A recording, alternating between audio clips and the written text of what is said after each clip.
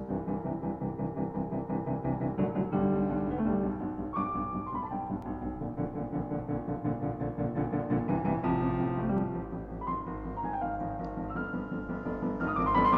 I'm Paul Pluter and welcome to Paul Pluter Prestige. Today I'd like to talk about the House of Cartier.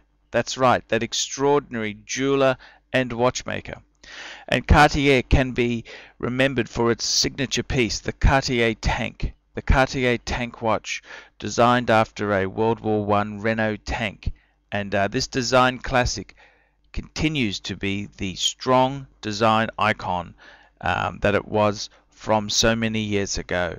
And the Cartier Tank itself is a magnificent piece of French design excellence, with its perfectly proportioned case, perfectly proportioned dial with Times Roman. The piece set the standard for all watchmakers to follow. The Cartier Tank itself was available as a 18-karat gold piece. With time this has changed and it's become available in gold plating.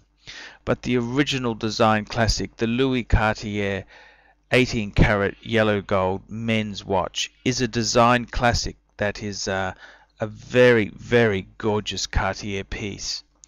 Cartier themselves have drawn on this strong history to create some wonderful design icons. New pieces that Cartier have created have drawn on past glories that Cartier has enjoyed. Cartier also has a fantastic history, and one of the great ways to see this is to look at some of the design classics in the range, some of the top echelon pieces. Here we see the Cartier Diablo watch, and this is a piece which was originally designed in the 20s. And it's a piece that is as modern today as it was when its first release. This here is a reissue piece from the mid-90s, but it follows those classic Cartier design principles to bring this piece into a modern age. Cartier also has always designed beautiful pieces for the female clientele. And one of the most beautiful pieces that Cartier released, as well as the Diablo, has been the Cartier Baignoire watch. Named after the French word for bathtub, the Cartier Baignoire found flavor amongst celebrities and high rollers. The famous comedian who's best remembered for being Charlie Chaplin bought a Baignoire watch for his wife Uni in the 1960s.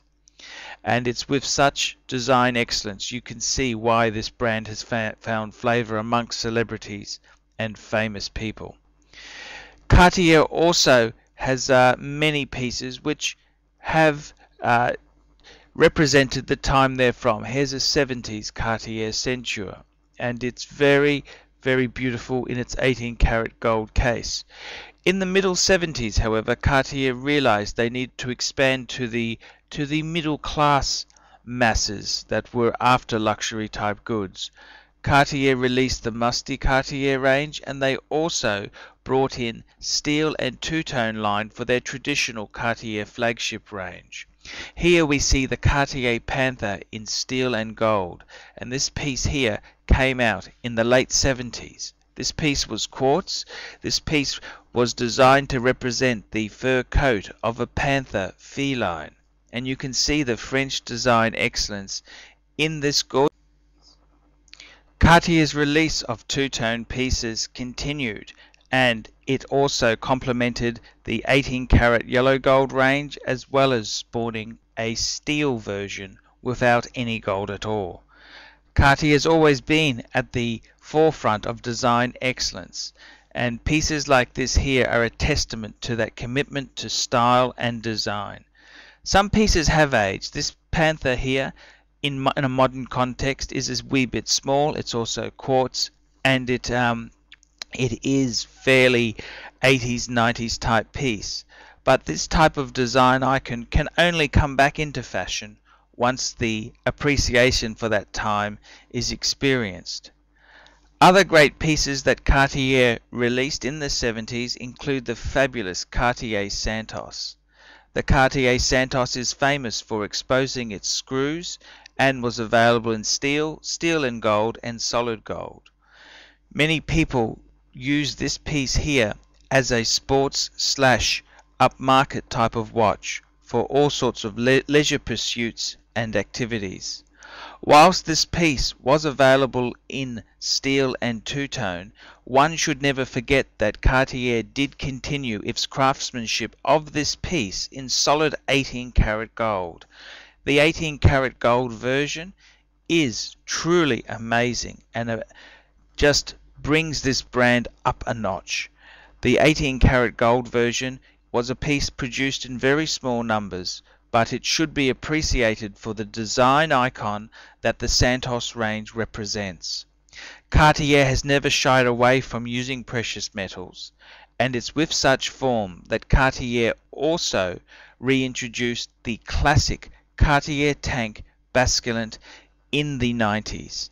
This piece on the screen here features a mechanical movement and uses Cartier's scissor type movement to reverse the face.